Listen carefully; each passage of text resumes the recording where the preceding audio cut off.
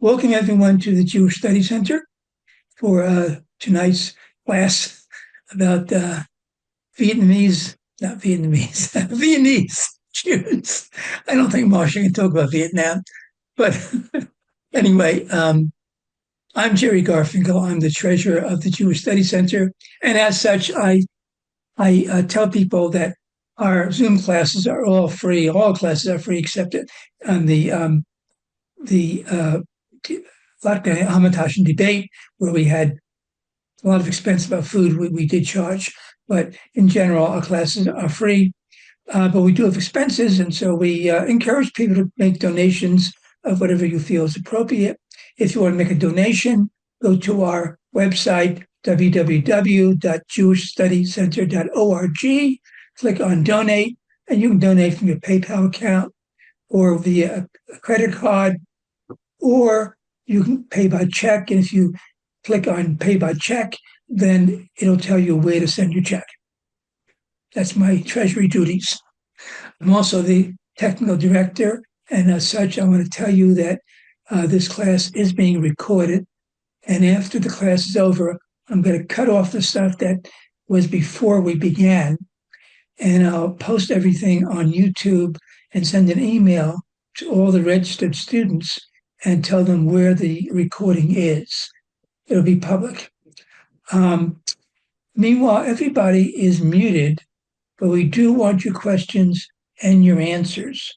So please write your questions or not your answers, your questions and your comments. And you can answer someone else's question if you wish, but put it into the chat file and address it to everybody. That way someone else may comment on your comment or actually provide some kind of an answer to your question. The closed captions are on now, and please keep them in English. I don't know how I can keep that. Sometimes people change language. I think that's about it. So now I'll introduce our speaker of the day, which is Marsha Rozenblit. And Marsha is a professor of basically Jewish history and Central European history at the University of Maryland at College Park. I know Marsha for many years because we're both members of the Verbregen Chavurah. And about a month or so ago, I went to see the play Leopoldstadt. And 2/3 or so of the play is about Jews in Vienna before World War II and their assimilation and their Jewish identity. Some assimilated, some kept their Jewish identity, some did a combination, etc. The last part of the play is actually about the Holocaust. It's pretty terrible stuff. But the first 2/3 or so is about how Jews in Vienna reacted to their Jewish identity, basically. And then I remembered that Marsha had written a book about the subject. In fact, I got a copy of the book. It's called The Jews of Vienna, 1867 to 1914, Assimilation and Identity. So I asked Marsha if you would you teach a class about this, since I think it was actually her PhD thesis. And so she said, of course. So here we are. And Marsha is very, very knowledgeable about Austria, about Vienna, Central Europe in general. Personally, I had a question about Vienna a few years ago because my father, as a child, came to Vienna during World War I, when the Jews from large parts of Galicia had to flee the war. And I wanted some information about the Jews who were refugees in Vienna at that time. And she gave it to me. It was very, very good. Okay, so Marsha, I'd like you to take over now. I've spotlighted you already, so I'll just remove myself and you just take over. And by the way, at the end of the presentation, we'll have a Q&A session, and I guess I'll sort of manage that. Okay. Bye-bye. Fabulous. Thank you so much, Jerry. That's right. I was also at your, you know, I know you a long time. Let's put it that way. Well, it's my pleasure to be here tonight, and to see so many people who come on Zoom. I mean, that's one of the virtues of the Zoom technology, that people can come from all over. In fact, Jerry was telling me that when we did classes in person in the Jewish Study Center, maybe we'd get 10, 15 people. Now, look at this. We have 120, and maybe more will come. So I'd like to talk about the Jews of Vienna, and also about the play Leopoldstadt. And I'll begin with my reactions to Leopoldstadt and then circle back to my reactions to Leopoldstadt when I finish talking. I saw the play when I was in New York. I saw it in New York about 2 years ago. For those of you who haven't seen it, it is, as Jerry described, a play about the Jews of Vienna and the Holocaust. And as a piece of theater, it's extraordinarily moving. It's really, it was gripping. Totally glued to my seat in a way. It has no intermission, and the tension builds, and it's just perfect theater. But the end of that play disturbed me enormously. I mean, not disturbed me because I was upset about the Holocaust. I was upset because it was profoundly inaccurate. Profoundly inaccurate. I don't know how many people in this room, in this Zoom class, have seen the play, but the play is about Jews in Vienna, mostly about wealthy and assimilated Jews, which is fine. Not all Jews were wealthy and assimilated, most were not, but that's fine to write a play about wealthy and assimilated Jews. But the play implies at the end that virtually all Jews in Vienna misread the cues of what the Nazis were bringing, and they stayed in Vienna and they were killed. That is simply profoundly not true. 2/3 of the Jews of Vienna succeeded in leaving. 2/3. And any book on Vienna and the Holocaust will tell you that. So the playwright made a choice to lie, and that disturbed me enormously. So I'm going to talk about the Jews of Vienna and the way they actually existed. I think, by the way, in fairness to Tom Stoppard, who wrote a wonderful play, that I, by the way, can't read the chats while I'm talking. So I'm not going to respond to your chat messages until afterwards. I can't talk and read. It's like chewing gum and walking or something. I don't know. But I think he was talking about Prague, which is where he's from. And there the Jews were unable to leave and most were killed. So he may have been talking about his hometown, but he placed it in Vienna for some reason. But let me tell you really about Vienna and the Jews. And while I'm doing that, you'll learn a lot about the Jews of the Habsburg monarchy in general, of Austria-Hungary in general. Okay, like many cities in Central Europe, Vienna had the right to not allow Jews to live there before the Revolution of 1848. Officially, Vienna had no Jews before the Revolution of 1848. I say officially because, in fact, there were Jews in Vienna. Where the Jews are not allowed, there are still Jews. That's very often the case. But Vienna did not allow Jews to live there. And although it did allow before, so in the 18th century, in the 19th century, before 1848, it did allow Jews who were exceedingly wealthy to purchase for a huge amount of money the right to live in the city and be tolerated in the city. And so there were Jews. There were 135 tolerated Jews in Vienna at the time of the establishment of the first synagogue in the city in 1826. So, in the first synagogue in the modern era, there had been a medieval synagogue in Vienna. There were 135 Jews, but they were allowed to live there with their wives, their children, their employees, their hangers-on, whatever. So when there were 135 Jews, there were over 1,000 Jews in the city.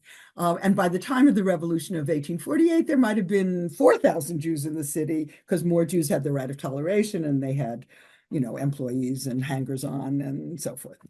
And of course, there were illegal people in Vienna, and they were regularly expelled, but they nevertheless, kept on creeping back in. Okay, in 1848, the Austrian authorities ended the rights of cities to exclude Jews, and Jews were allowed to move to Vienna, and move they did. Excuse me. So a lot of Jews, the city of Vienna probably had about 4,000 Jews in 1848.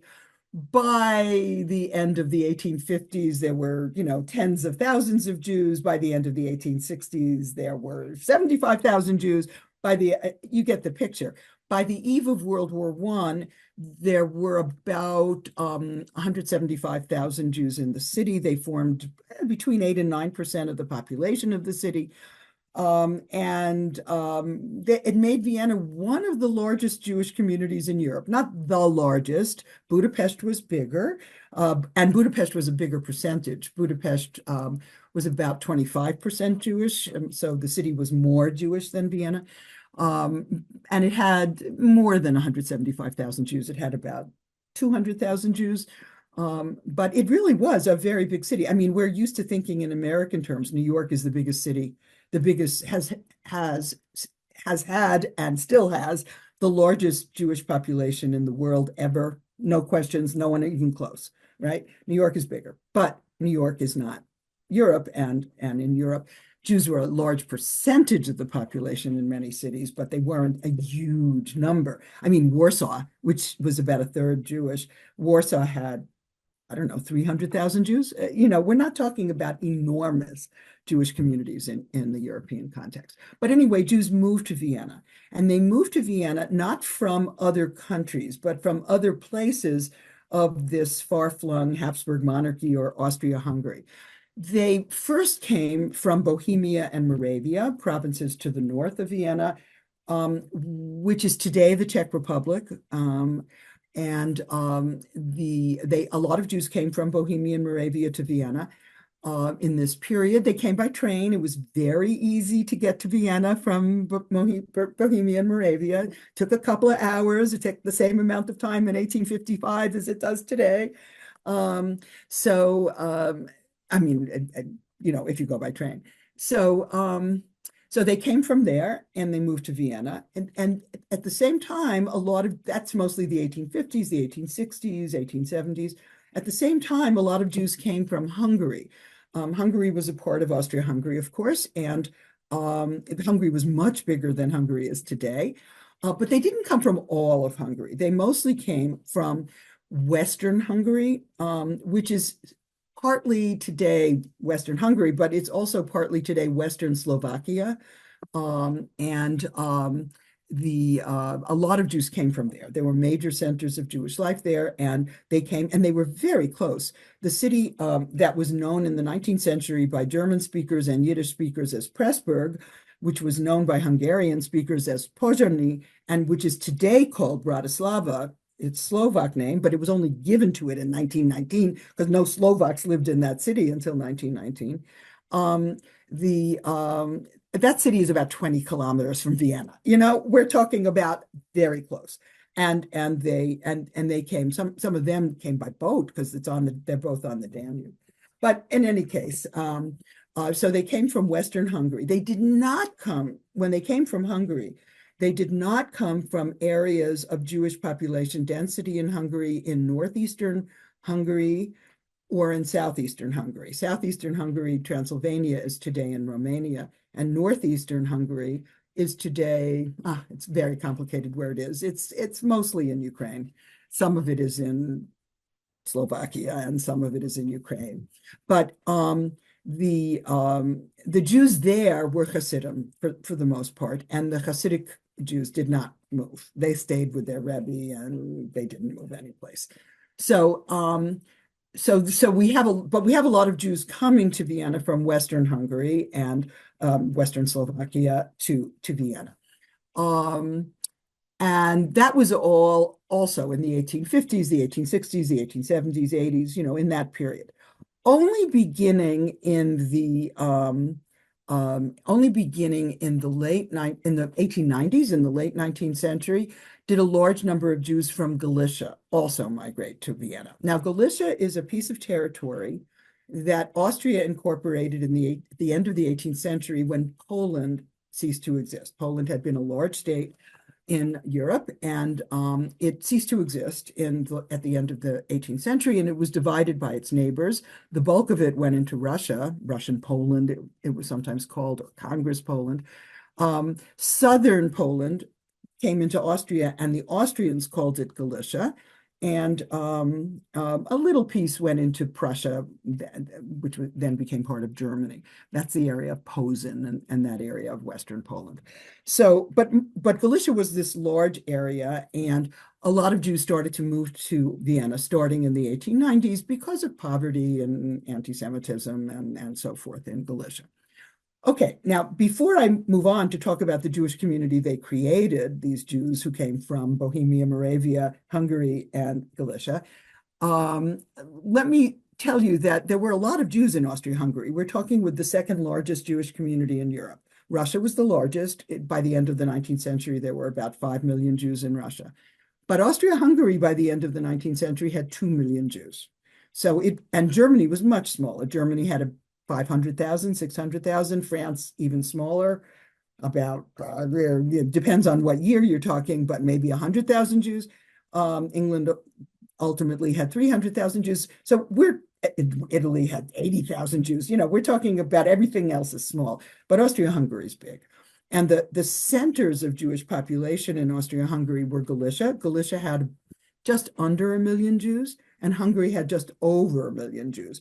So most of the Jews in Austria-Hungary actually lived in Galicia or Hungary, with Bohemia and Moravia being much smaller. Bohemia and Moravia had there were about, by the end of the 19th century, about 90,000 Jews in Bohemia and about 45,000 Jews in Moravia. I mean, so much smaller. And Vienna had 175,000 Jews.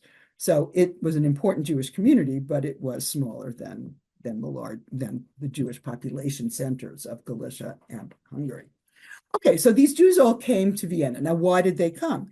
They came because they could. There was freedom of movement at various stages in 1848, but also there wasn't full freedom of movement for anybody until the end of the 1850s.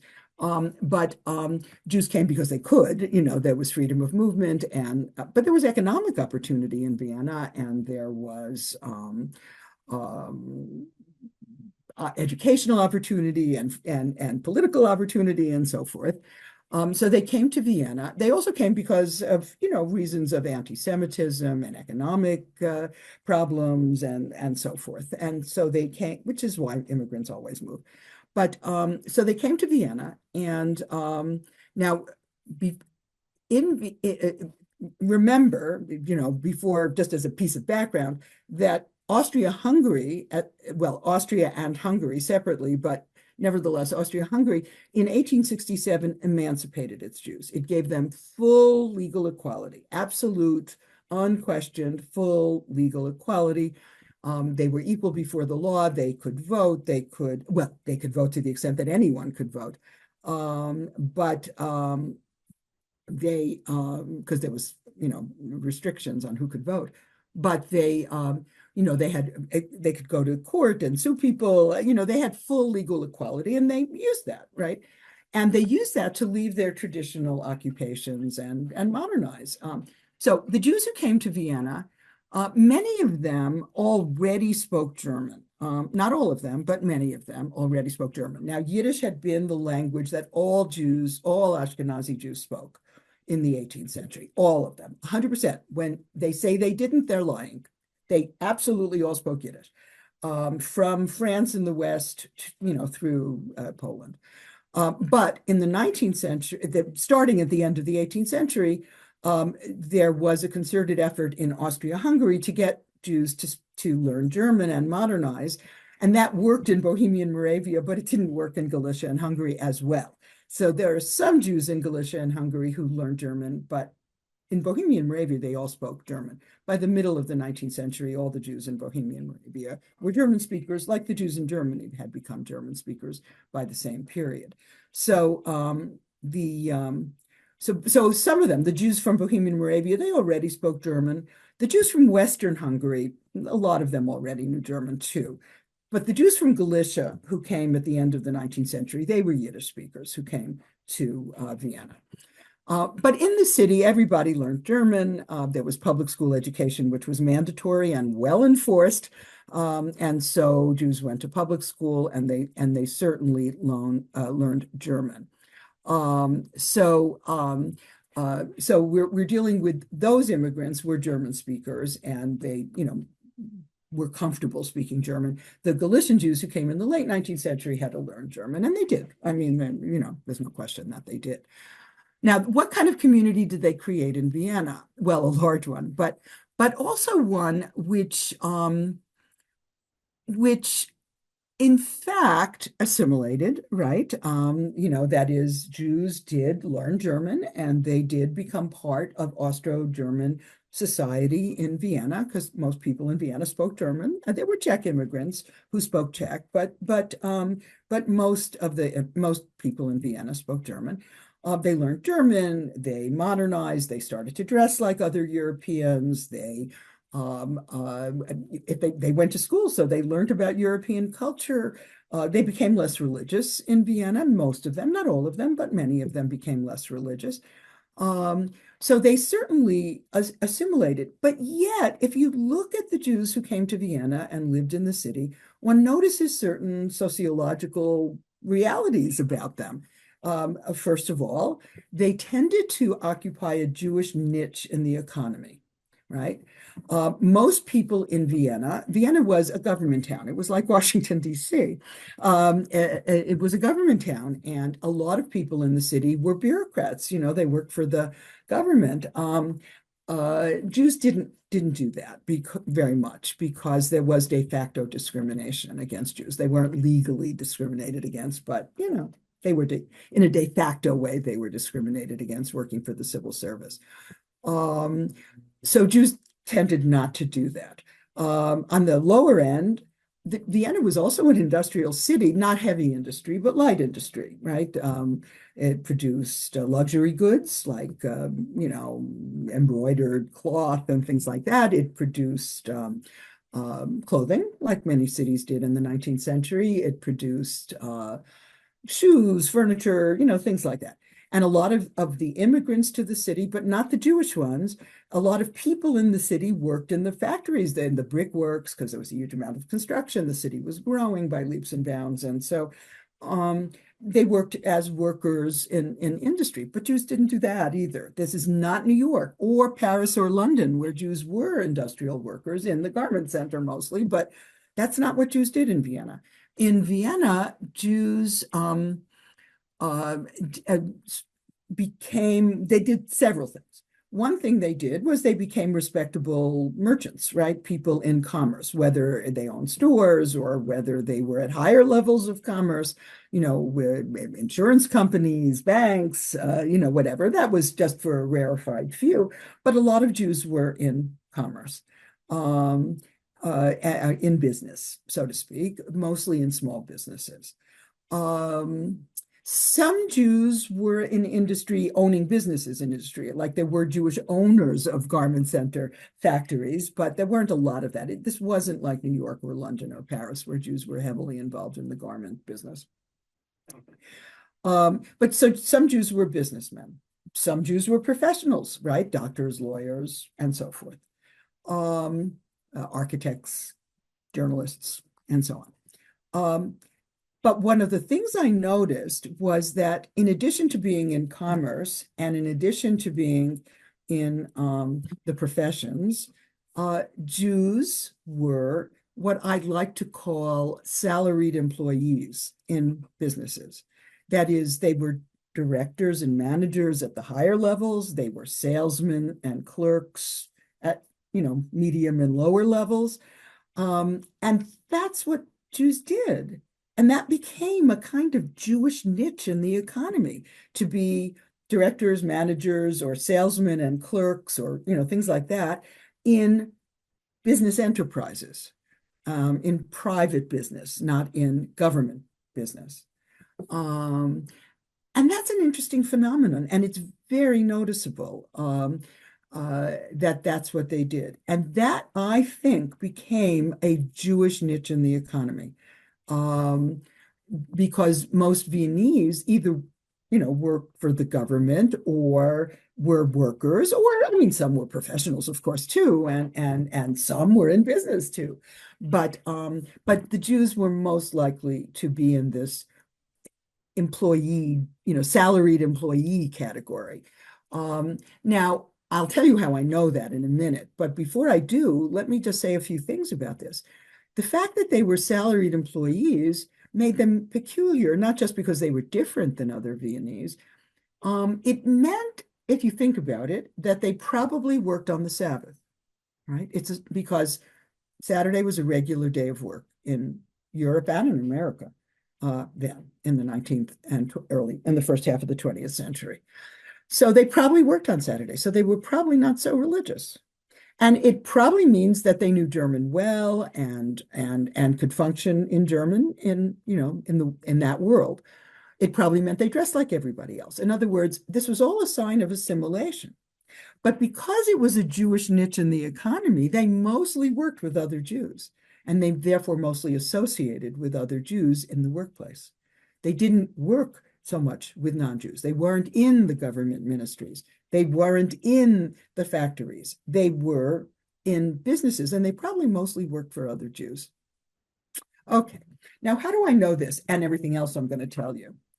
Well, I got my PhD a long time ago. I'm old, you can tell from my gray hair.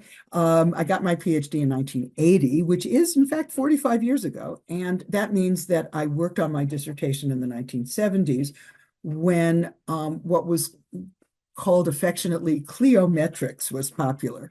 That is the use of the compute. Clio is the muse of history, and metrics is measuring things, right? So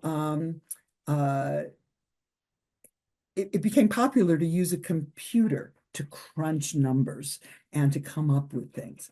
And so I created databases. I created it. I didn't get them from someplace else. I created databases of Jews who got married and who were born in Vienna.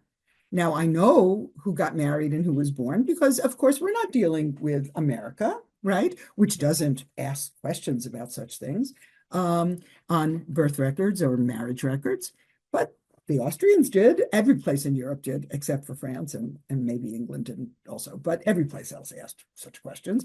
And so I know who was Jewish.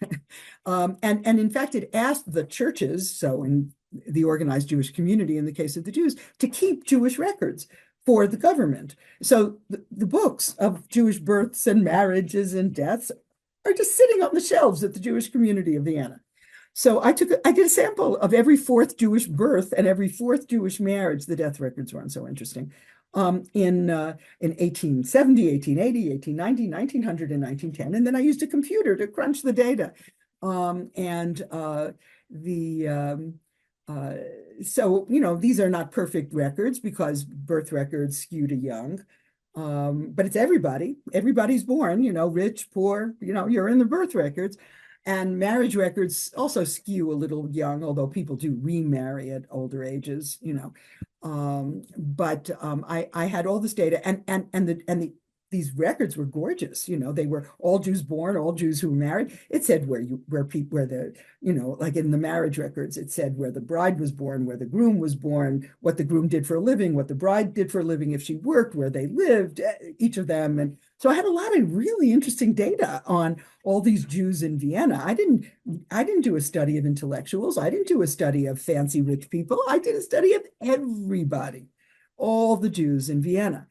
And I also used, by the way, not just birth and marriage records, I also used the records of the organized Jewish community of Vienna. Every Jew had to belong, by law, every Jew had to belong to the Jewish community. Protestants had to belong to the Protestant community. Catholics had to belong to the Catholic community. And all Jews had to belong, and they had to pay dues to the Jewish community. And I had the dues records, the tax records they were called, of the organized Jewish community of Vienna, which have survived World War II. They're in Jerusalem now. The birth and marriage records belong to the Austrian government, so they're still in Vienna, but the Jewish community records are in Jerusalem at the Central Archives for the History of the Jewish People. And they had a card on every member of the Jewish community, which stated where they were born and what they did for a living and how that changed and how much dues they paid and so forth, and where they lived and how that changed. Not everything survived World War II. They hid their records during World War II, but things got ruined by water and things. So I only had K to Q in the alphabet. It was alphabetical. But K to Q is pretty good. It's got all the Cohns, it's got all the Levies, it's got a lot of Jews. Cohn is spelled with a K in German. And so I used those records, and those records skewed a little bit older, right? Because you had to be 30 to be a member of the Jewish community. And of course, you were a member until you died. So, that skews older. So that's good, but it skews richer because in my estimation, about 2/3 of the Jews of Vienna could not afford to pay the minimum tax to the Jewish community. They still were members, but they didn't pay the tax because they were too poor. 2/3, that's a lot. I mean, that means most Jews were not the Jews in Stoppard's play at all, not even close, right? They were poor, a lot of them, 2/3 of them. The minimum tax to the Jewish community was 5 gulden a year. That's the equivalent of then $20. Now, then, like say 1900. Well, that's a lot of money in 1900, but still, 2/3, that's a lot that couldn't pay it. Anyway, so and I also used the conversion records. The Jewish community had keep record of all Jews who converted out and all Jews who converted in. I used all sorts of records like that, So I really do know where, what Jews did for a living in Vienna. So Jews were in this Jewish niche in the economy, which was inhabited by very few non-Jews. Jews also lived in Jewish neighborhoods. One of the things I was interested in is where did the Jews live? The Jews tended to cluster with other Jews and not with people from the same parts of the monarchy as they. So Jews lived nowhere near the other Czechs. That most of the Czechs in Vienna, that is Jews from Bohemia and Moravia, did not live with non-Jews from Bohemia and Moravia. The Czechs were Czech-speaking, the Jews were German-speaking. The Czechs were mostly working class, that is, they worked in the factories of Vienna, they worked in the brickworks and in other factories. The Jews did not work in the factories. So they didn't associate with them, and they didn't live in the same neighborhoods. The 10th district was largely Czech. Jews didn't go anywhere near the 10th district. The Jews lived in 3 districts of Vienna. They lived to some extent in the 1st district. They lived in the 9th district, and they lived in the 2nd district. The 2nd district was called the Leopoldstadt. The 2nd district was the area of Vienna that everyone thought of was a Jewish neighborhood. Poor Jews and rich Jews both lived there. And it was, the Leopoldstadt is the 2nd district of Vienna, but it's actually technically an island in the Danube River. And the Jews, there were lots of Jews there. About 35% of all of the Jews in Vienna lived there, and the neighborhood was about 35% Jewish. I mean, if you want to see the statistics, I could give you statistics, and, I have lots and I had 64 tables in my book. I have a lot of statistics, but Jews, about 35% of all Jews lived there, and the neighborhood was very Jewish, especially parts of it were exceptionally Jewish, densely Jewish. But they also lived in the 1st district, which had a lower percentage of Jews, but still was substantial. I think the 1st district was about, I'll go to my table. The 1st district was about 20% Jewish. My memory is good. The 9th district was about, also it's about 20% Jewish. And so forth. And Jews rarely lived elsewhere. Now, they didn't live in these districts because of anti-Semitism. Although there was plenty of anti-Semitism in Vienna, and I'll get to that, but there was not like they couldn't live any place they chose. There was no problem renting an apartment any place. But they liked to live with other Jews, and so they did. And so most Jews lived in these Jewish neighborhoods, and in these areas that were more Jewish than the rest of the city. And all the Jews you've ever heard of from Vienna lived in those neighborhoods. Sigmund Freud lived in the Ninth District, around the corner from Theodor Herzl, and the children played together. I mean, there was and other famous Jews also lived. I mean, mostly they wouldn't be famous to an American audience in the first quarter of the 21st century, but they, writers and musicians and so forth. But so Jews lived in Jewish neighborhoods with other Jews. And there's some internal differentiation, Galician Jews tended to be more in the Leopoldstadt, and other Jews, a little bit less so, but mostly Jews lived with other Jews. So Jews lived in Jewish neighborhoods. They occupied a Jewish section of the economy, a Jewish niche in the economy. They tended to befriend and marry each other. There was intermarriage, to be sure, but not at the levels it is in America today, But that was partially because you really couldn't intermarry in Austria. People couldn't marry outside their religions. There was civil marriage, but you could only marry civilly somebody who was of the same religion as you, or if one of you had converted to a category called without religion. You had to formally do that. You had to convert to the category without religion, and then you could marry any person. But so that means that it's hard statistically to find Jews who intermarried, because either the Jew or the non-Jew converted to Judaism or out of Judaism, and so you lose people. You can't put your hand on intermarriage. There was conversion in Vienna. That is, not many Jews converted to Christianity in Vienna, about 500 a year. That's a large number, and higher than in many other places in Europe.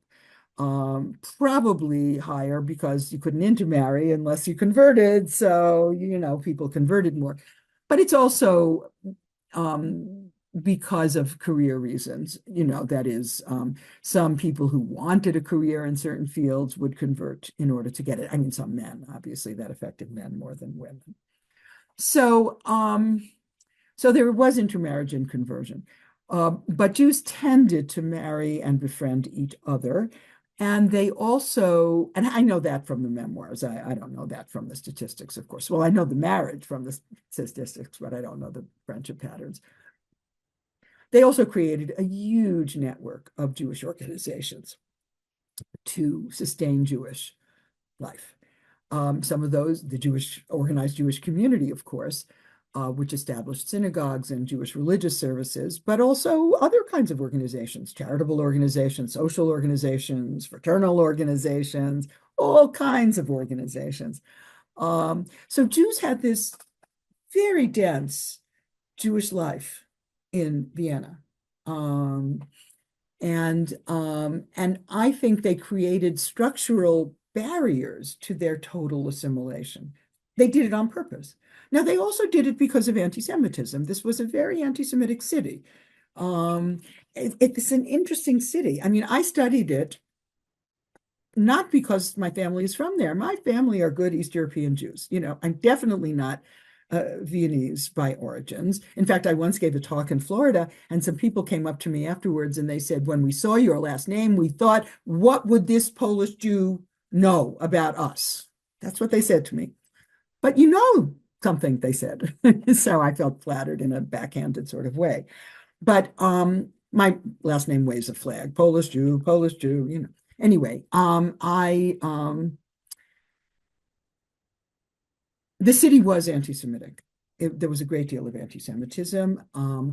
This was expressed mostly in terms of political parties that formed that blamed the Jews for all the problems of modern society and urged the restriction of the Jews because they were causing all the problems of modern society.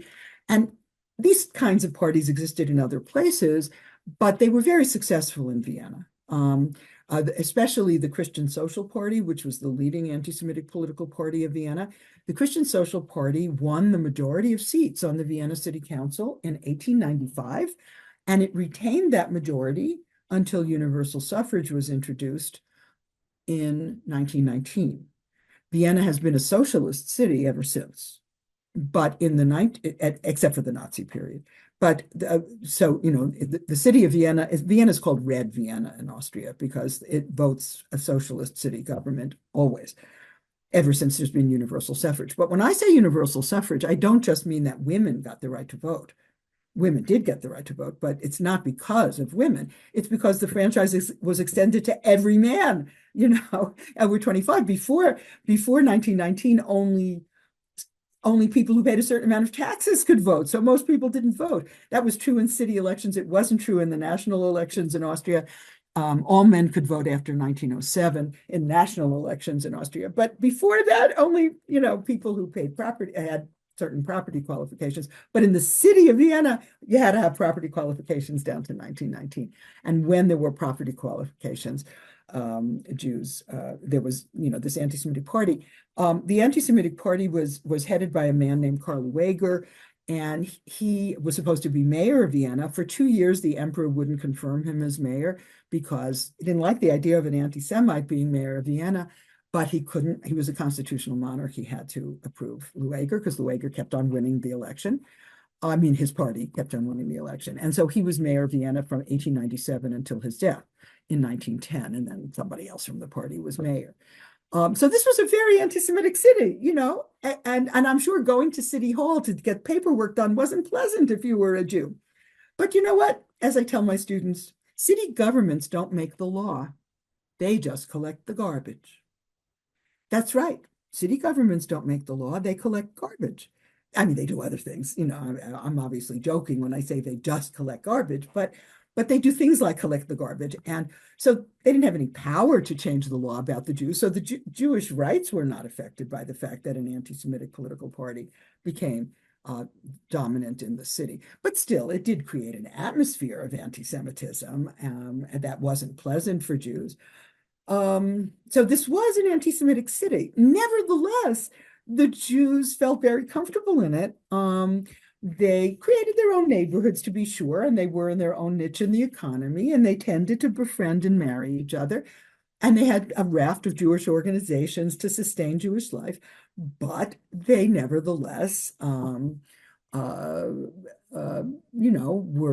part of Viennese society. And Jews were very prominent, for example, in culture in Vienna, right? I mean, this is a city in which Jews played a very prominent role in cultural life, in theater, in the newspapers, not in art so much or architecture, but in music, in classical music. In fact, people have joked who write about Viennese culture in the late 19th, early 20th century, that culture was what one Jew wrote to another Jew. I mean, it was and there was even a play, and not a play, it was a play that was written in 1923, and I'll talk about the post-World War I period in a minute. But in 1923, a man, he was partly Jewish, Hugo Bettauer, I think his name was. He wrote a book called Die Stadt ohne Juden, The City Without Jews, and in which he imagined how awful Vienna would be if they expelled the Jews. The city decides to expel the Jews. This is 1923. It has nothing to do with the Nazis. They just decided to expel the Jews. And then all of a sudden, fashion was disgusting and theater was terrible and the press was unbelievably bad. And so they called the Jews back because they needed the Jews, right? This was made into a silent film in Austria, by the way, in 1924 or 5, I forget when. It's a very interesting film. It's oddly prescient, obviously, but it's not about the Nazis. So there was anti-Semitism in Vienna, but nevertheless, the Jews were very much a part of the fabric of the culture of Vienna and of the society in Vienna. Now, what happens afterwards? My book ended in 1914, but I have studied, things afterwards. I wrote a book called Reconstructing a National Identity, the Jews of Habsburg Austria during World War I, in which I deal with the Jews of Austria during World War I. World War I was a terrible war. It really was a terrible war in many, many, many ways. But one of the ways it was a terrible war was that, besides the terrible carnage and so forth, was that the Jews suffered horrifically, not in Vienna and places like that, but they suffered enormously um, um, in Galicia, because Galicia was where the Russian army invaded during World War I, and the Russians controlled most of Galicia in the summer of 1914. They were driven back out of Galicia in the summer of 1915 by a combined German and Austrian force. They came back in 1916, and then they were driven for good out of Galicia in late summer, early fall of 1916. But in that process, a lot of Jews were displaced. It was terrible. A lot of Jews fled. They were so scared of the Russian army. They thought the Russian army was going to kill them. The Russian army didn't kill so many Jews, but they were scared that it would, and they fled. There were about 900,000 Jews in Galicia, and about 400, 500,000 of them fled. That's a lot. And so they fled. And where did they go? Well, many of them went to Vienna. Some of them went to Bohemian Moravia. Some of them went to Hungary, but Hungary didn't want them. And so Hungary pushed them into Austria, right? So mostly they were in places like Vienna or in Bohemian Moravia, in Prague and other cities, or in what they called concentration camps. The Austrian government built concentration camps. They weren't horrible, but they were not fun either. They were probably more like the concentration camps for Japanese citizens of America during World War II. In other words, they were just places. Well, no, they weren't, because the Jews weren't forced to live in them. They could leave them at any moment. So, but they were places where they just simply put Jews so they could feed them and support them and so forth. And then Jews went home, and then they came back and whatever. So there were a lot of Jewish refugees in Vienna, refugees from Galicia in Vienna during World War I. And while they and also in Prague and in Bohemian Moravia. And while they theoretically were supposed to leave after World War I, and they did from Prague, Czechoslovakia managed to really kick them all out.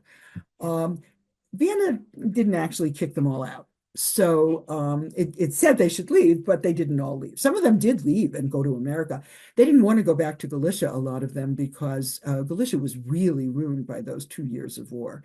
There was a huge amount of devastation in Galicia. And so a lot of Jews didn't go back. And they just went on to America, because before 1924, you could go to America relatively easily. But some of them stayed in Vienna. And so the Jewish community of Vienna grew as a result.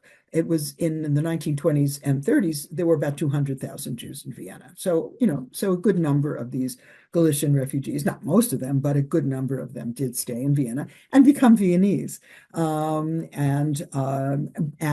nevertheless, they were Jews, and so that's basically what happened. So the Jews of Vienna, there were about 200,000 Jews in Vienna at the time of the Anschluss in 1938. I am going to jump to that period just because the play, of course, does too. And I'm only going to say a few words about it. But basically, from 1933 on, the Jews of Vienna, what happened at the end of World War I was that Austria-Hungary fell apart, and all sorts of independent countries came into existence. Some of them were new countries, some of them were old countries, some of them were enlarged countries, some of them were made smaller countries, right?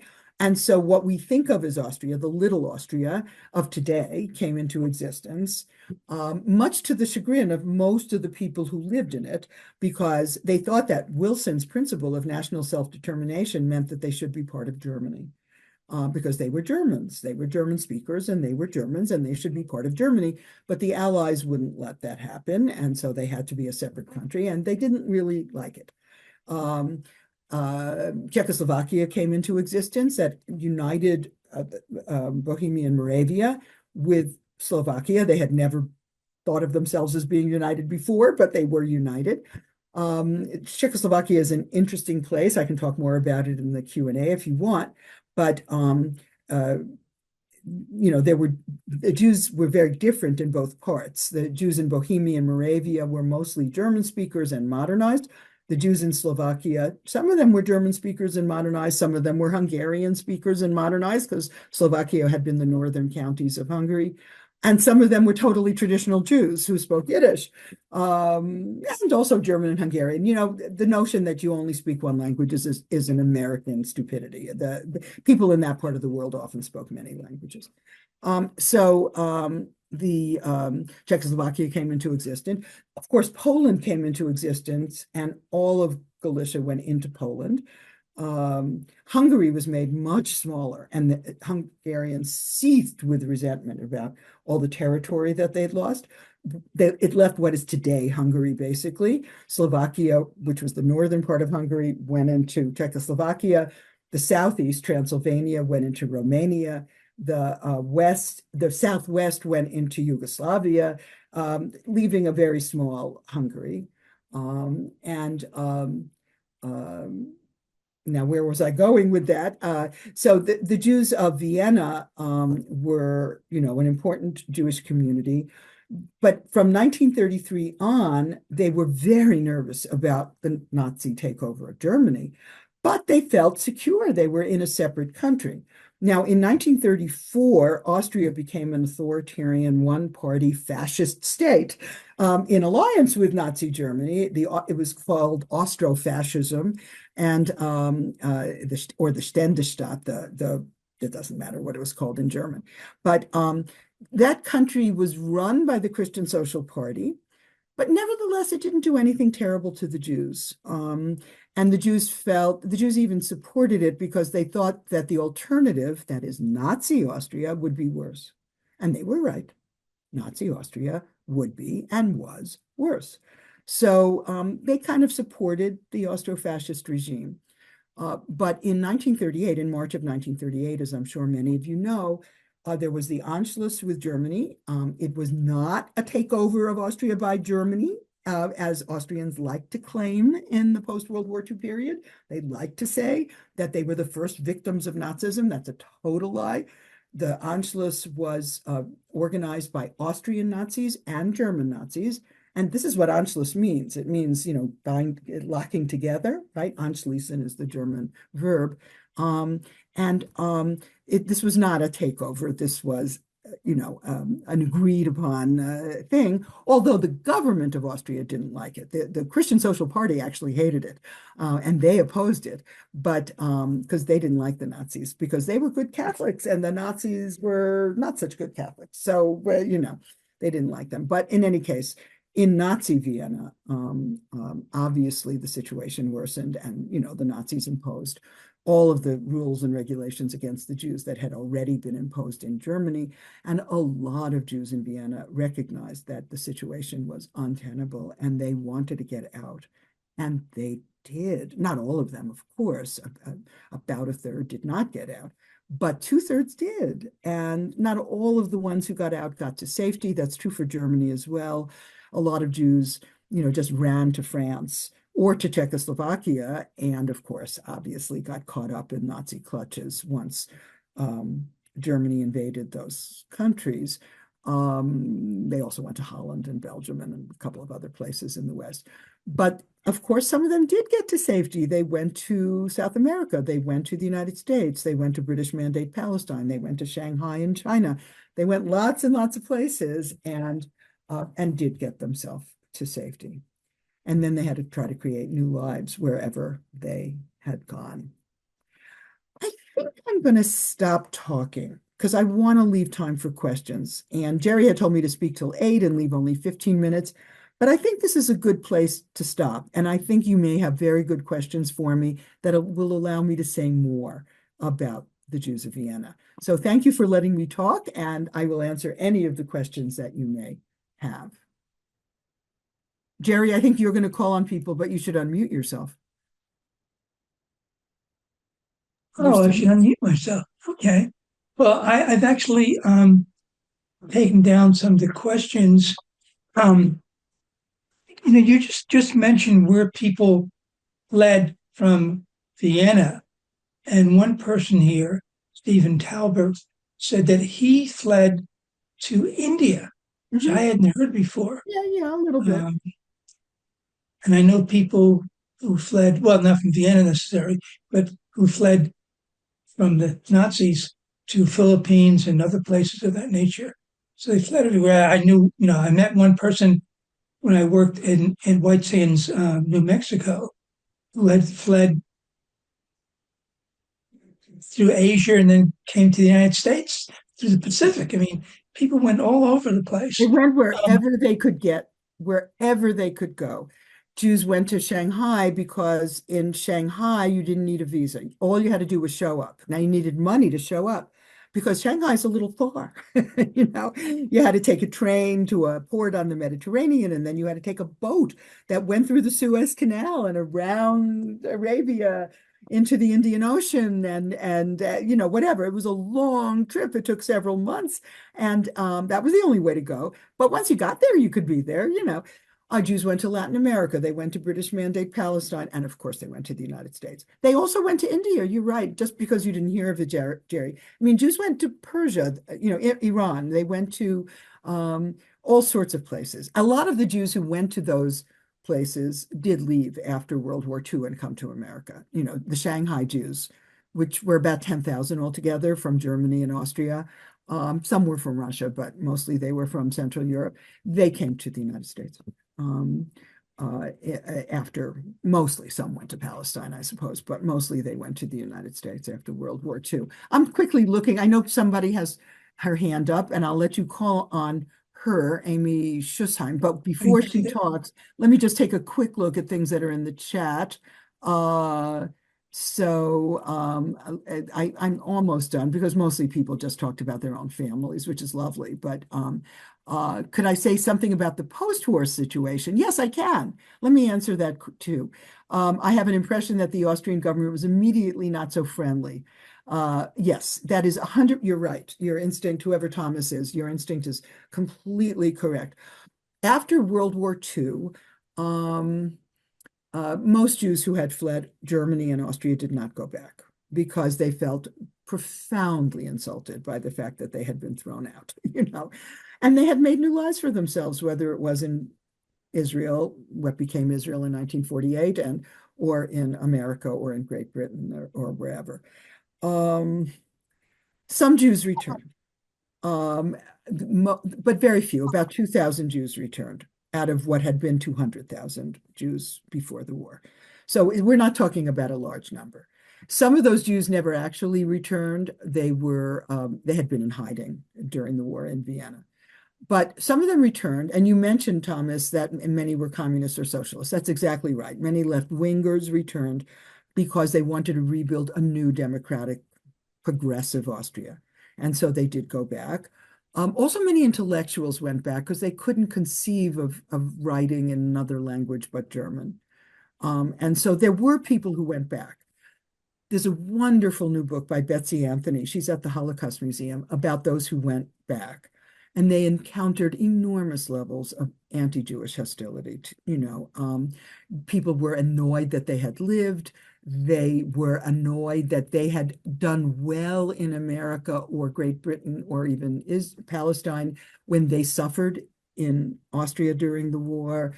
They weren't interested in giving people their apartments back. The law was written so that they couldn't get restitution. The West German government did give restitution to Jewish survivors, but Austria refused until relatively recently. I think in the 1990s, they started to consider restitution. So yes, the situation was difficult because anti-Semitism was quite profound in Austria. Okay, now somebody asked. Marsha, getting in that. When I was a child, even, I heard that during the Holocaust, it was worse in Austria than almost any place that the Jews had a really bad time in Austria. I don't think that's true. I mean, I think it's probably terrible in Austria, but I don't think it's the worst. I mean, it was terrible every place. Okay. It was terrible in Poland. It was terrible. It was terrible in Austria, but it was terrible in lots of places. It was better in Western Europe. More Jews managed to hide or evade the Nazis in some way, but Jewish communities were much smaller. And, so I don't know. I mean, I'm sure things were bad in Austria. I had no doubt about that, but I don't think it was worse in Austria than in other places. There's when we let Amy Yeah, why don't we let subsequently. Amy, but I do see a question about Budapest, which I will answer. But let's talk, yes, let's call on Amy. Um, my grandmother loved Franz Joseph because Of he course. let Yes. Jews own property. She was from Galicia, and she spoke Polish and Yiddish because her father had a tavern and she ran the cash register. But during World War One, he sent the kids to Vienna to be safe. So, could you talk a little bit about Franz Joseph and whether my grandmother's love for him was really warranted, and how much he had an impact on the Jews being treated well? Thank you. I'd love to answer that question. The Franz Josef was the Emperor of Austria from 1848, when he was 18 years old, to 1916, when he died at the age of 86. So he was emperor a long time, longer than Victoria was Queen of England. Not much longer, but somewhat longer, you know. Um, Obviously, Queen Elizabeth II had a longer reign, but Franz Josef had a very long reign. The Jews of Austria-Hungary adored him. I saw that universally in the memoirs. All the memoirs that, maybe not all, but I've read a lot of Jewish memoirs from all over Austria-Hungary, and they all praise Franz Josef to the skies. They just adored him. And so your grandmother's, love was absolutely typical. The Jews of Galicia especially loved him. They thought of him almost like a friend of the family. The Jews of Galicia didn't call him Franz Josef, way too fancy. They called him Chaim Yossel. Right, Yossel is obviously the Yiddish nickname for Joseph, for Yosef, but they Franz was his first name, so they decided if he'd been Jewish, his name would have been Ephraim, and they called him Chaim, Chaim Yossel. They really loved him. Now, because they loved him so much, they loved him because they saw him as a good constitutional monarch who didn't allow the anti-Semites to do anything bad to the Jews. And that was true. That is absolutely true. What they were wrong about was they just assumed that everything good that happened to them was because of him, that he had allowed them to do this and he had allowed them to do that and he gave them emancipation. And that's not true. The German Liberal Party, which dominated Austrian politics, gave the Jews emancipation and allowed them all those rights. But he upheld those rights. He was a constitutional monarch. He didn't make the law. He had more power than Queen Victoria did, because in both Germany and in Austria-Hungary, the monarch was in charge of foreign policy, the way our president is in charge of foreign policy, which is not true in England. In England, even foreign policy is not the role of the monarch. The parliament, the government is in charge of foreign policy. But so he had more power, but not as much power as, but he didn't give them the rights. But they, because they loved him, they ascribed it to him. And believe me, when they mourned, when he died in 1916, they mourned him very profoundly. They said Kaddish in shul, in synagogues. There was a delegation of prominent rabbis of Austria-Hungary to the funeral in St. Stephen's Cathedral. And they were allowed 20 prominent rabbis from Austria to come to the funeral.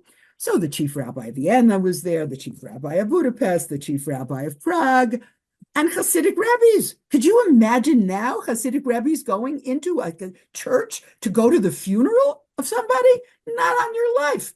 But they went then.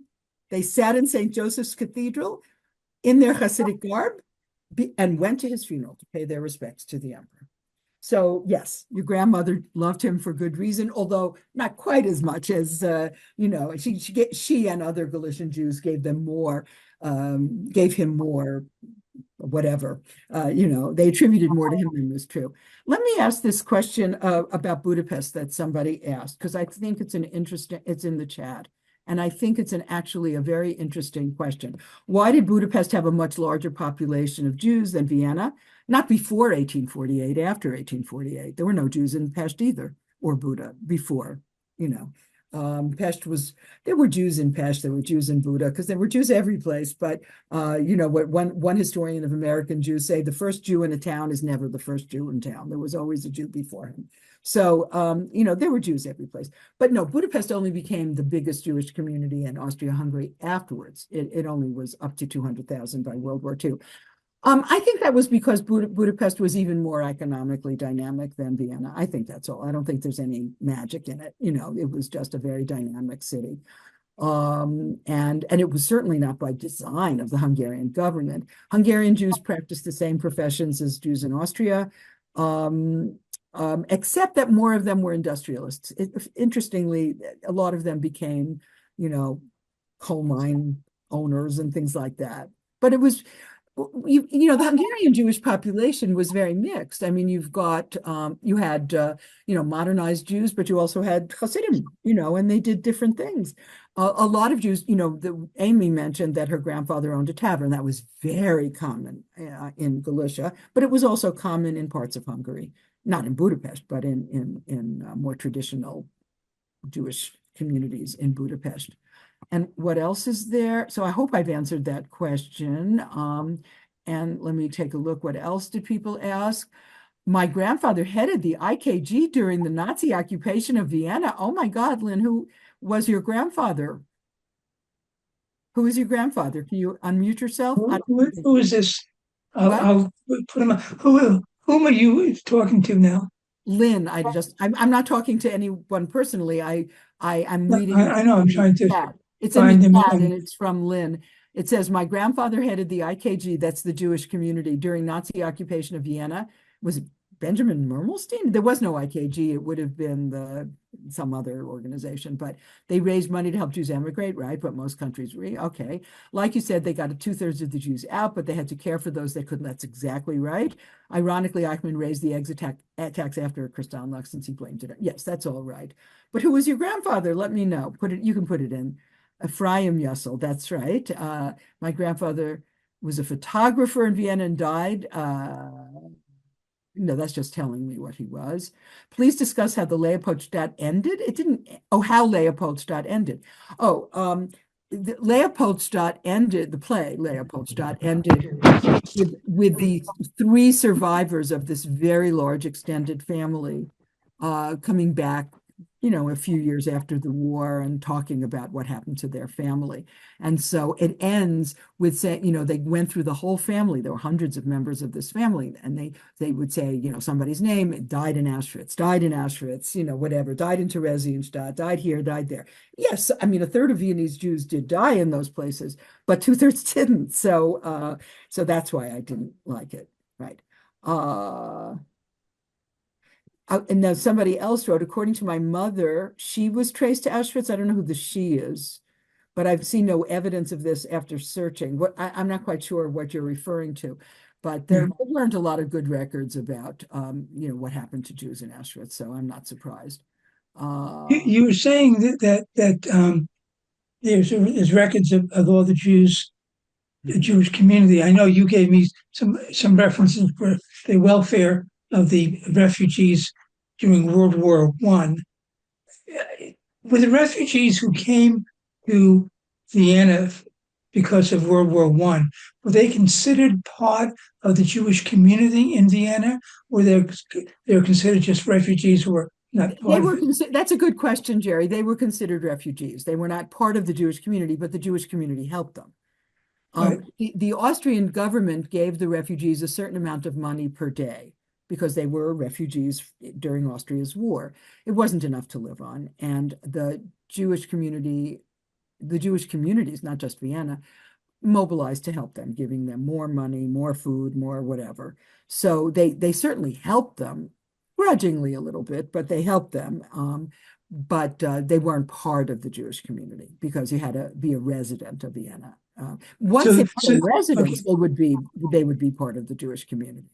Right. In other words, once they established residency in the city, they were members of the Jewish community. So there'd be records of the Jewish community and records of the refugees, but they'd be separate. Well, there were probably no records of the refugees. Well, they're in the archives. No, there were probably no records of the actual refugees in the same way that there were records of the Jews. They would of the Jews of the city, because I looked at the Jewish community records, not not government records. I mean, the government kept tabs on the number of refugees, right? And there are records of the organizations that helped them, and there are records of what the Jewish community did for them and things like that. So we know how many refugees there were and what what their situation was like. And there are lots of studies of the refugees in Vienna and in Prague and in other cities, but they weren't, and I don't know, their children who were born, maybe the Jewish community did have to record those. Yes, they probably did have to do that. I didn't study, the World War I period in that way, so I don't know for a fact. Now, somebody wrote to me and said, Stefan Zweig and Arthur Schnitzler were among Austria's greatest writers. How can you not mention them? Well, that's, of course, a very good question. They were certainly among Austria's most famous writers and greatest writers, and they were Jews, both of them, and proud of it, too. I was only talking for 40 minutes. It's hard to mention everything in 40 minutes. And a lot of Americans no longer know those names, so I didn't mention it. But you're right to chastise me. I should have mentioned them. They were. What about the musicians? What about Gustav Mahler and Arnold Schoenberg and, whatever? I mean, there are many people I didn't mention. I did mention Freud, that's true, but because I figured people knew that name. There was another hand up by somebody, and that person seems to have put his or her hand down. Now, oh yes. Stephen Talber. He's the one who talked about going to India. Right. Okay. Hello. You have to. I'll let you unmute.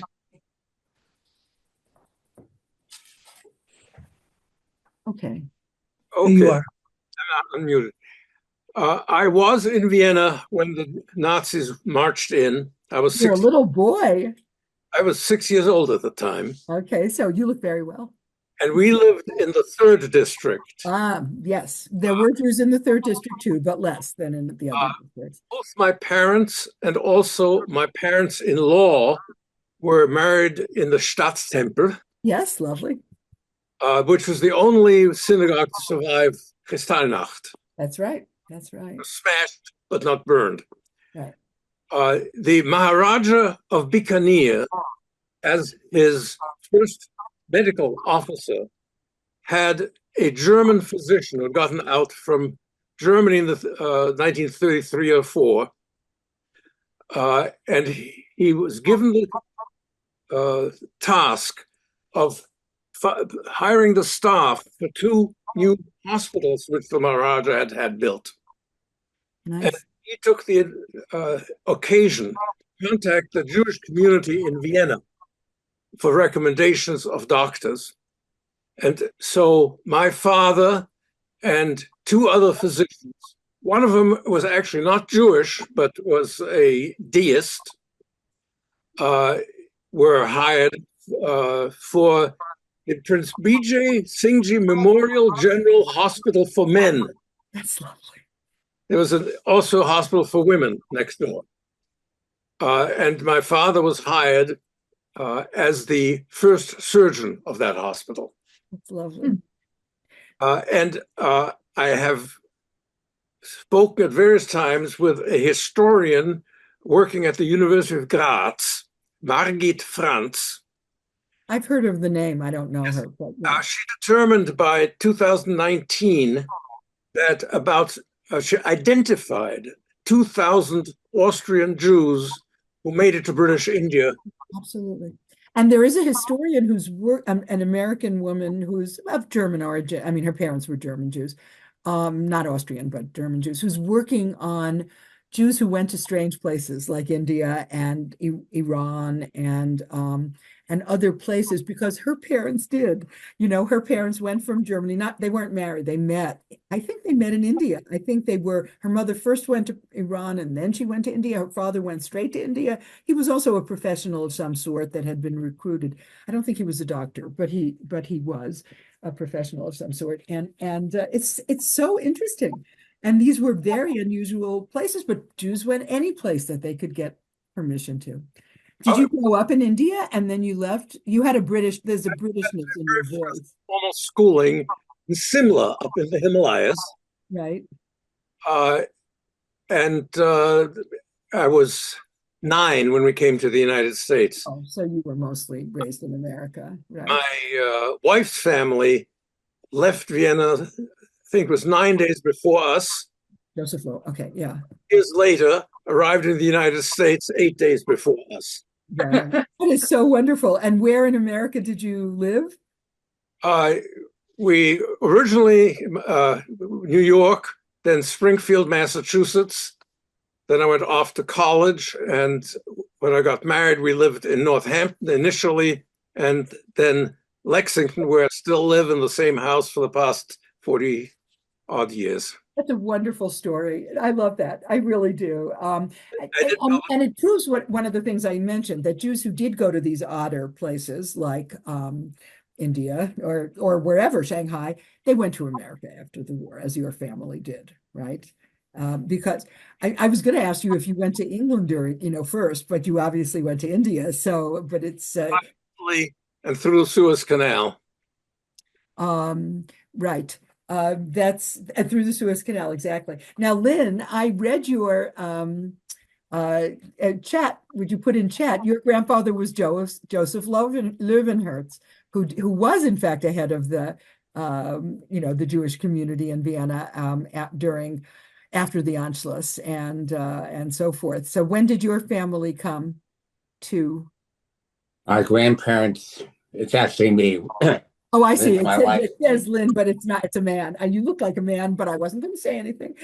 So, yeah. My grandparents didn't come till 1946 after the war. Right. After the Russians took over Austria at the end of the war. They arrested my grandfather and accused him of being a Nazi collaborator.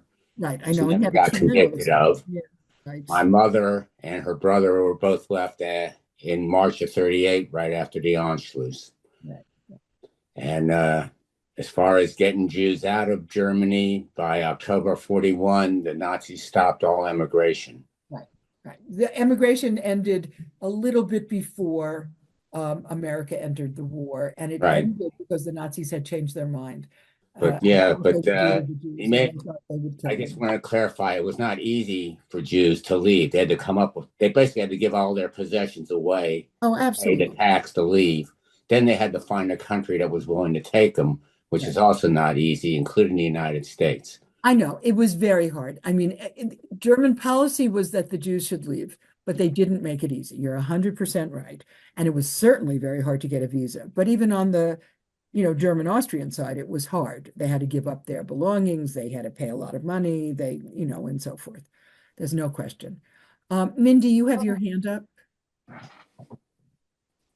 Again, I could figure this out, but say a bit about Jewish folks in academia. Where did they go? How did they fare? What did they study? You mean Jews who were Austrian academia? Okay, well, before World War I, it was almost impossible for a confessing Jew, that is a real Jew, as opposed to somebody of Jewish origin who had, his family had converted, to get a job in the academy in both Germany and Austria. In the interwar period, there were Jews who were professors at the university in Vienna in medicine and in science and some other fields. How did they do? I don't know. I think that I know a little bit more about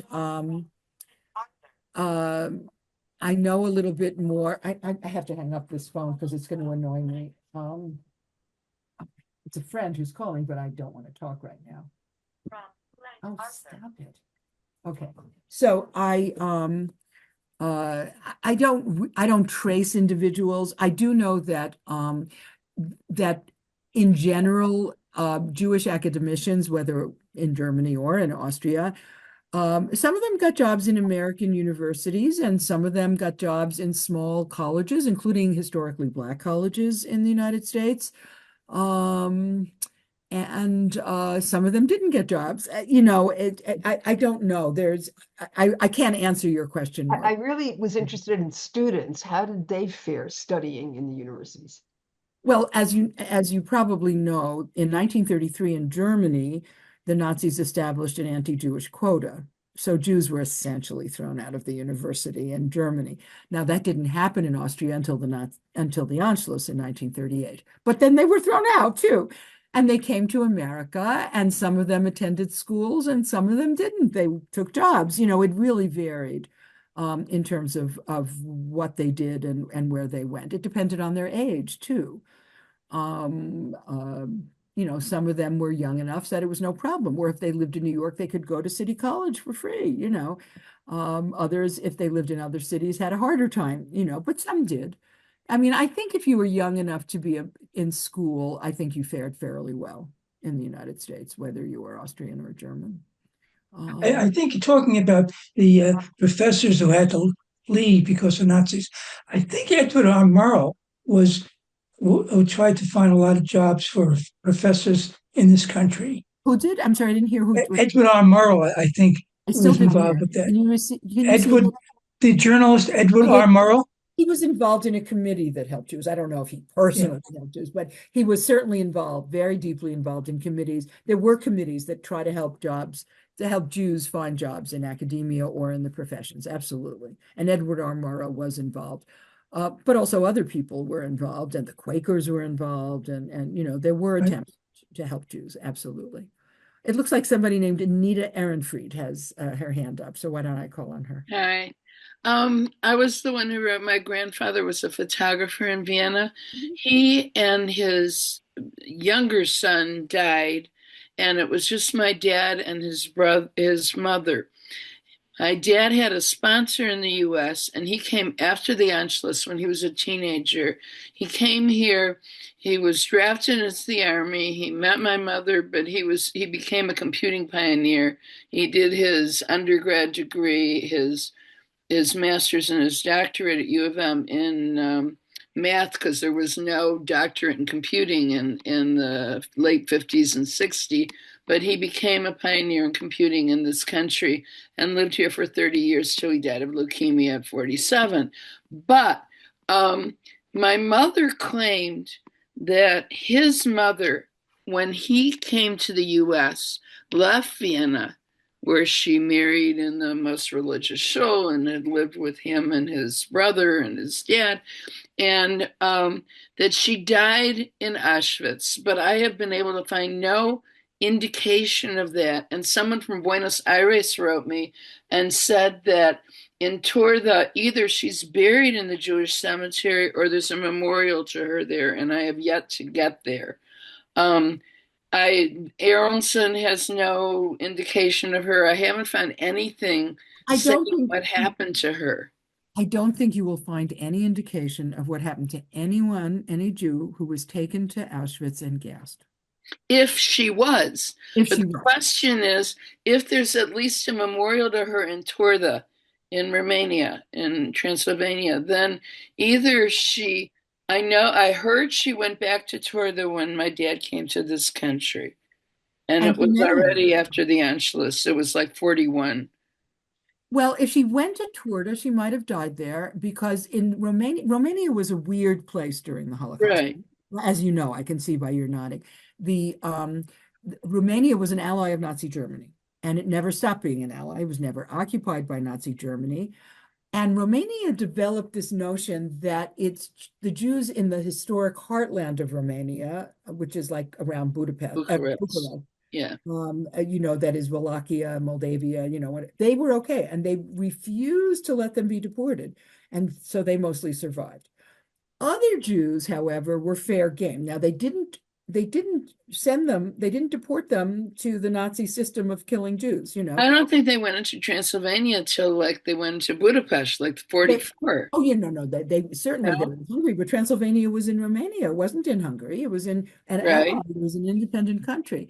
A lot of the Jews were killed by the Romanians. The Romanians were vicious and horrible during the Holocaust, and they deported many Jews themselves to an area where they established concentration camps, but they didn't guard them very well. So a lot of Jews escaped from them, and came back and so forth. So a lot of Jews survived in Romania. Not all Jews, but it's considering it was, the anti-Semitism that was rife in Romania. It's amazing that so many Jews survived. A lot, but after World War II, in 49 maybe, the Romanian government said to the Jews, please leave, go away, leave, run, go away. And most of them went to Israel, but some came to America, some came That's to later. It would have been around the time of the war, and I don't know how to find out what happened to her. I have no idea how you could find her. I truly don't. I mean, if she was in Romania, I mean, you could go to Turda, I suppose. I know. I was going to do that, but I haven't been there yet. Yeah, I think that's your best bet, actually. Yeah, I have a friend who lives in Cluj, so. Oh yeah, there you go. She doesn't live there. She goes in the summer. No, so hopefully I'll get there and figure it out. Hopefully you should go there and find out. Now, by the way, I do want to say something to Mr. Tauber, who is from Vienna and was there in 1938. You were right. The Stadttempel is the only synagogue, I forgot to mention this, in all of Germany, Austria, that wasn't destroyed on Kristallnacht, although it was badly vandalized and trashed. And that's because when it was created in 1826, the Austrian government still wouldn't allow the Jews to build a synagogue that looked like one from the street. So it was built as if it was one of the apartment houses on the block. On the outside, inside it looks like a synagogue, but on the outside. And it's attached to the neighboring apartment houses, because in Europe, many apartment houses are simply attached to the ones adjacent to it. And so they couldn't burn it. Right? I was in 2002 with my wife and son. My wife's parents were also married in the Stadttempel. Oh, sure, of course, it was the most beautiful. It's beautiful. They rebuilt it to look like it looked. It's a very beautiful synagogue. My son and I attended morning services there one weekday. Yeah. And? We just took part. Yeah, right. I've been there too. I've gone to services there. It's a beautiful synagogue, and it's a traditional synagogue. It's modern, but it's a traditional liturgy, and men and women sit separately. And I mean, American Jews who go there, and I've been there several times, would think it was a modern Orthodox synagogue. But I have to tell you a funny story, and that is the first time I was in Vienna for any length of time. I was doing my dissertation research, and I wanted to go to the synagogue, and I couldn't find the street. It's a little hard to find. It's a little street in the center of the city. And I was having trouble. So I saw two ladies who obviously were going to a synagogue. They were clearly very religious Jews. And I looked at them and I asked them where the street was. They looked me up and down and they said, do you want to go? They knew I wanted to go to the synagogue. And they said, do you want to go? This is what they said. They said, do you want to go to the Orthodox synagogue or the assimilated synagogue? And I didn't think fast enough. And I said, the Orthodox synagogue, because I think of the Stadttempel, the Seitenstätten-Gasse temple, as Orthodox, from an American point of view, it's Orthodox. And so they took me to a Hasidic stiebel where they fed me Lokshenkugel and tried to marry me off to their sons. But I mean, it was they were lovely, but they, were, because they thought of their own synagogue, the Hasidic stiebel, as Orthodox, and the Seitenstätten-Gasse, the Stadttempel, the city temple, as assimilated. So it's all a matter of how you think of these things.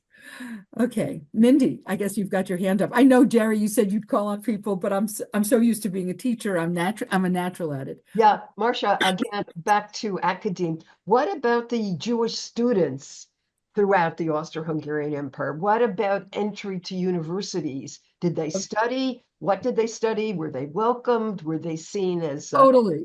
Jews were allowed to go to university. They went to university. There was no obstacle to Jewish students whatsoever at Austrian universities, so that at the University of Vienna in, say, 1900, 50% of all the medical students were Jewish. 50% in a city that was only 8% Jewish, right? 50%, because Jews from all over the Habsburg monarchy came too, not just the Jews of Vienna. 50% of the medical students were Jewish. It was lower for law students. It was about 35% of the law students were Jewish because while lawyers, Jewish lawyers could work, a lot of lawyers in Central Europe worked for the government, and it was very hard for Jews to get government jobs because of de facto discrimination. So you had to be an independent lawyer if you were a lawyer.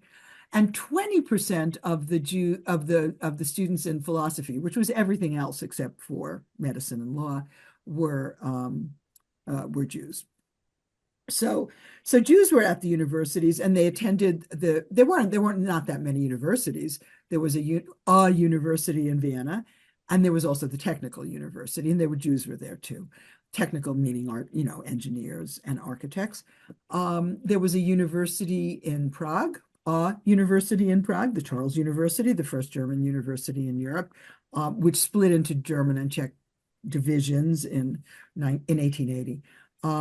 There was a university in Krakow, which was in Polish, and in Lemberg or Lvov, which was in Polish. There was, of course, Budapest, which was in Hungarian. That may be it. And all those cities also had technical universities. The engineering was always in a separate university, the technical university. That's great.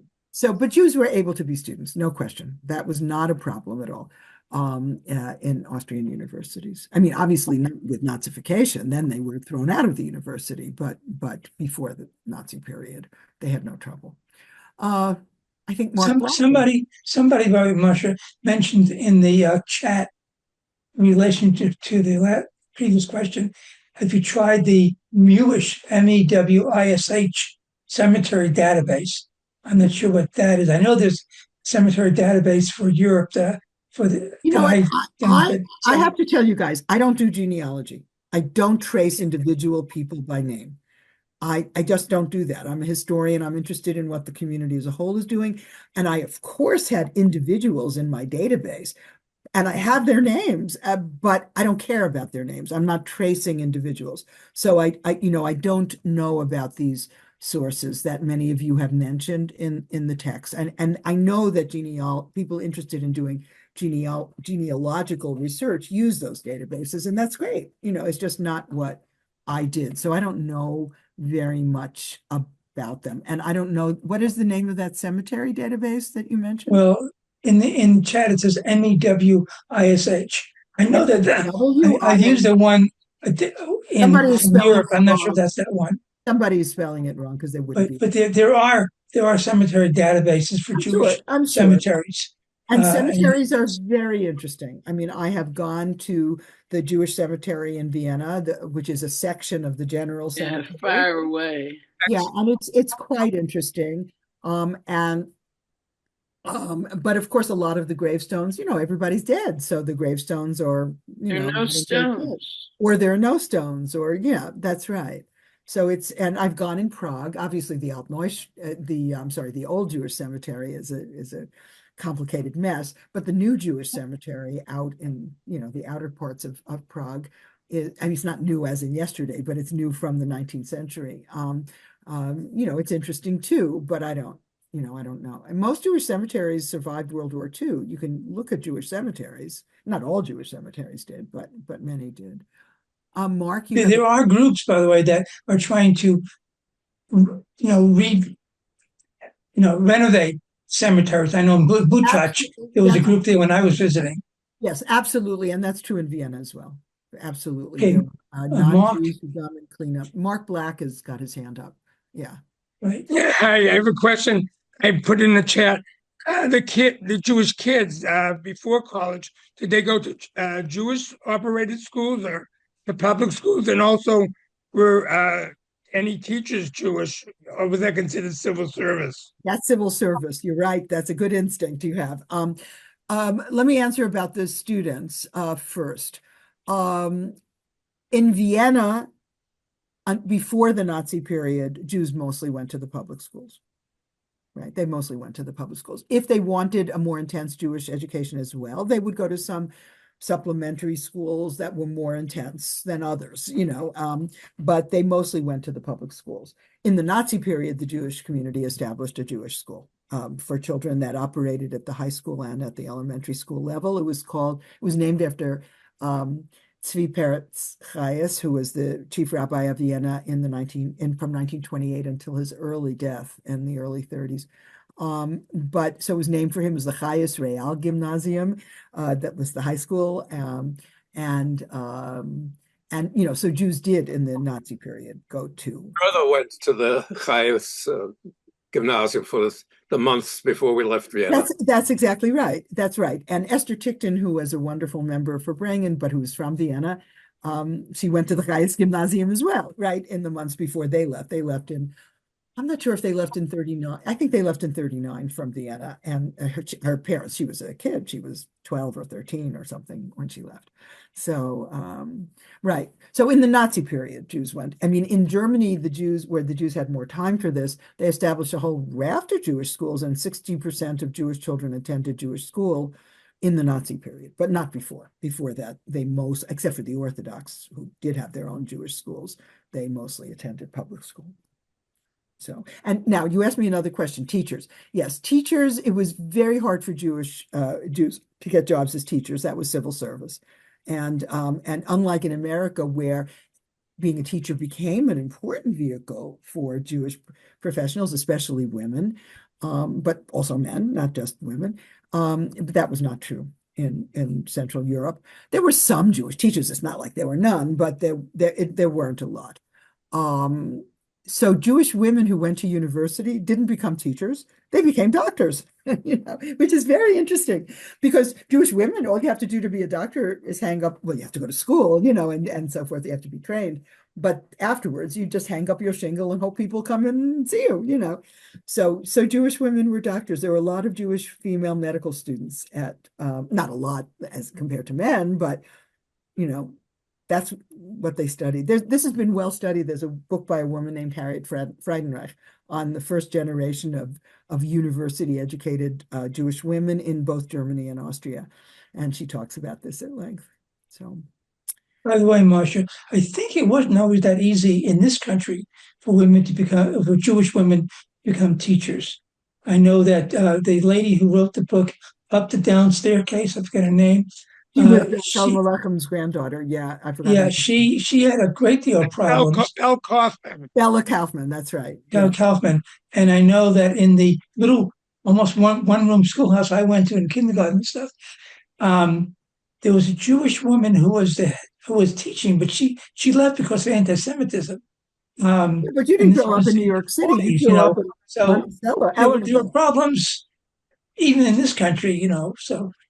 Yeah, there were some problems, but mostly it was not that hard, especially not in New York City, right? Now, the Board of Education was controlled by the Irish, and there was some tension. There's no question everything wasn't, perfect.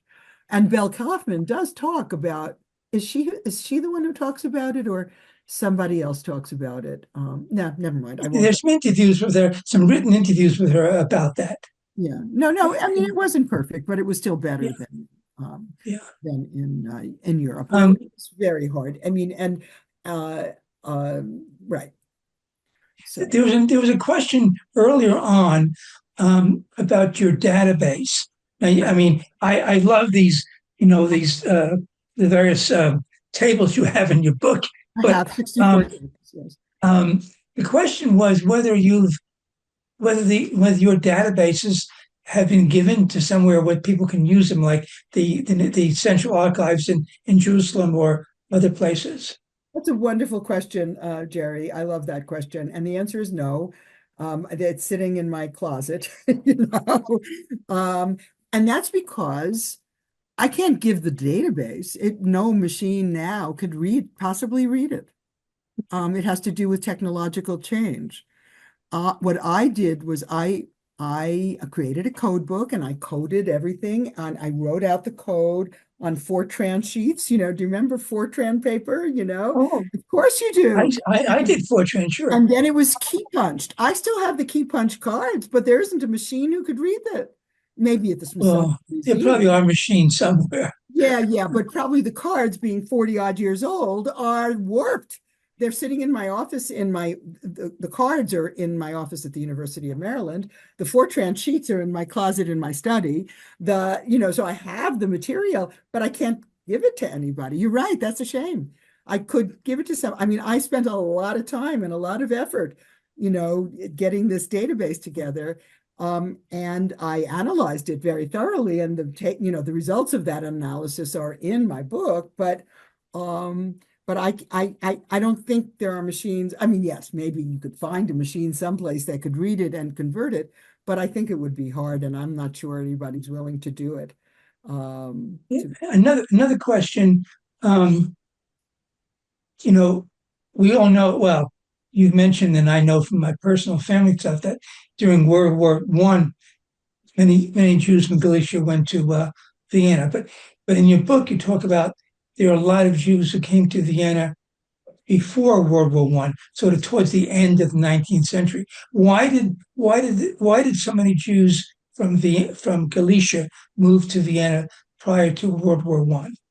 Well, for the same reason they left Galicia to go to New York. That is, there was poverty, there was anti-Semitism, they wanted to leave. So some of them went to Vienna and not to, New York. It was also a hell of a lot closer, to home, right? I mean, it's a train ride, right? How long a train ride from Buchach, from where your family comes from in Galicia, to Vienna? I don't know how long I actually don't know how long the train ride was, but it was a hell of a lot shorter than taking the train all the way to Hamburg and then getting on a boat, right? So they went to Vienna. Vienna also had economic opportunities. It was close by. It was comfortable. It was very Jewish.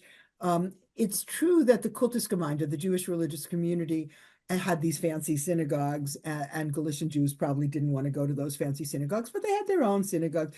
Even though theoretically they weren't allowed to establish their own synagogues, the Jewish community allowed them to, and so they did. And there were Hasidic shtibels, and there were not Hasidic shtibels, but Polish synagogues where the melodies would be Polish, not the fancy. The Stadttempel, the Zeitenstättengasse temple, did fancy, Central European melodies, and they were more comfortable with the Polish melodies, so they went to Vienna because it was close, and because they went because of economic reasons.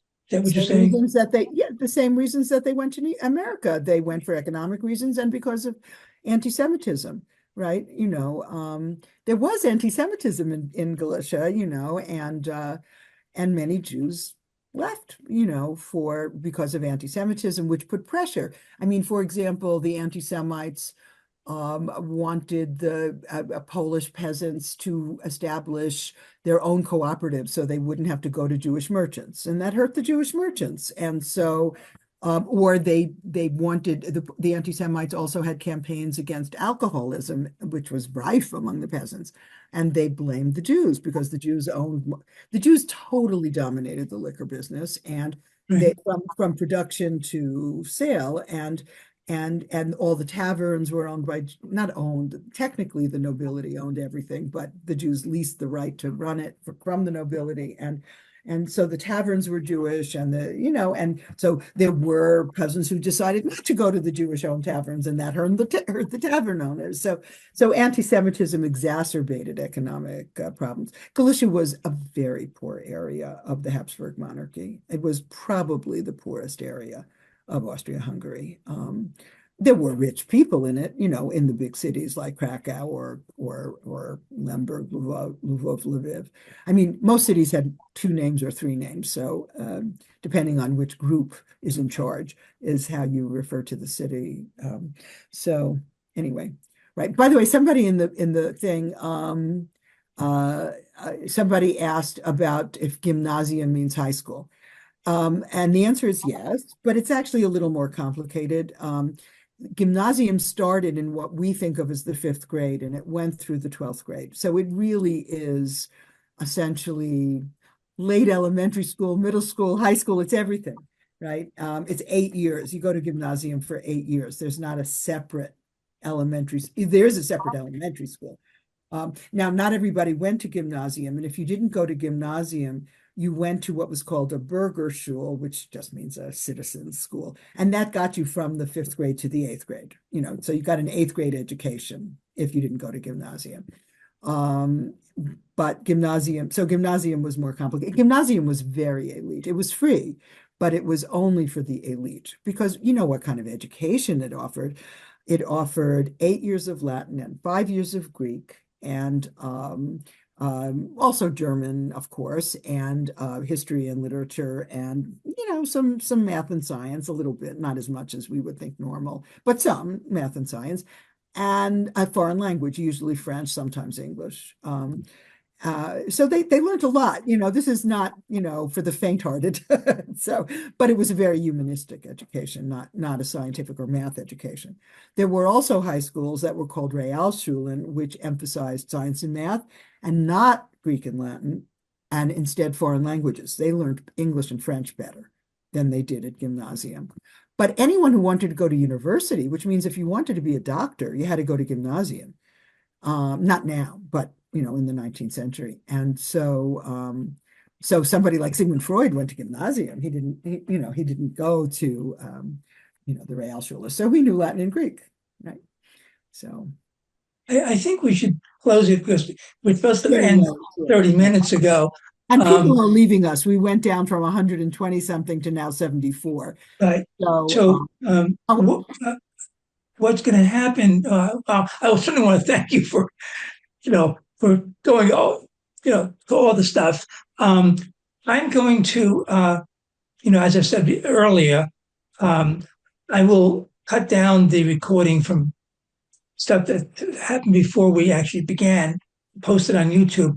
When I send an email about the location, I'll also take some information from the chat. There's little references. I'll take some of that, put that in the email. I'll also list some of your works, in particular the book about assimilation in Vienna, and some other stuff that may be relevant that you might send me. This is Wednesday evening, fairly late right now.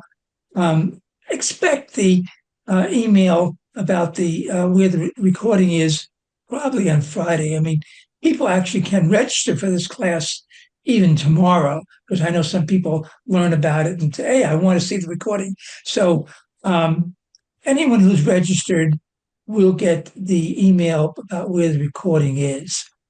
We don't have anything on our schedule right now officially, but we do have some programs that we've sort of scheduled. We haven't put it into the schedule, and we have others that are in development. So there'll be a little bit of a sort of vacation or something for the next few weeks, but then we'll start up again. Somebody was trying to get my attention. I'm not sure what happened there. Vielen Dank, Avis Miller says, but that's very sweet. A lot of people are just thanking me now. So thank you for being a wonderful audience. And as Jerry said, I have a bunch of books and you can read them. SUNY University Press, which published my book about the Jews of Vienna, let it go out of print, but I jumped up and down a few years ago, and now they have what's called print on demand for it. They will send you a copy if you want to order it, even though you can't. I was able to buy this a few weeks ago, after I spoke to you. Right. Yeah. Right. You can get a copy of the book from the press. So it is available. And I will put the references in that email. And I thank you again, Marsha. It was wonderful. This has been a great audience, and I love the questions, and I love to have met the people who were in Vienna in 1938. I'm really impressed. I thought nobody was still alive. I'm really impressed.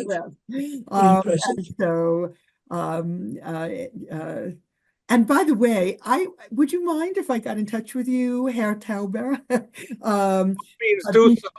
Because I am writing a book now on Jews from the former Habsburg monarchy, from the territory of the former Habsburg monarchy, who managed to flee Nazi Austria, you know, to flee in 30. Yes, if you look, I can give you his contact information That would be when you great. register. Right. There's email and perhaps other contact information. And I assumed I couldn't interview anyone, that everybody is, you know, too old, but I'd be delighted to. if you send me your email address, I can give you a reference to the publication that I mentioned. Oh, that's great. That would be wonderful. I'll give you, have Marsha, Right, why his don't you email. give him mine? We have all that That stuff would in the be- computer. That's Glad wonderful. to And continue other- on the side. yes, no, that's what, and India is so interesting. I'll also mention that I am in conversation about once a week with two students from Washington University in St. Louis, who, as a project, the Holocaust history, are interviewing me. Oh, that's so lovely. That is very nice. I've done it with other students in past years as Very well. nice. Very nice. I'm very pleased. Very Well, good. Very I hope good. to be in touch with you. That'll be lovely. So I'm going to go because I haven't eaten supper yet and I'm hungry. I haven't either, so okay. Yes. There'll be emails out besides the recording later when we restart doing some more classes. Okay. You'll all get emails about that. Okay. That's fabulous. Okay. Okay. Thank Thank you you very everyone much. for being here. Thank you again, Marsha, for the 110 minutes of the 75-minute class. That's wonderful. My pleasure. Totally my pleasure. Bye-bye. Can I go? Okay, I'm going to go. Bye-bye. Bye-bye. Bye-bye.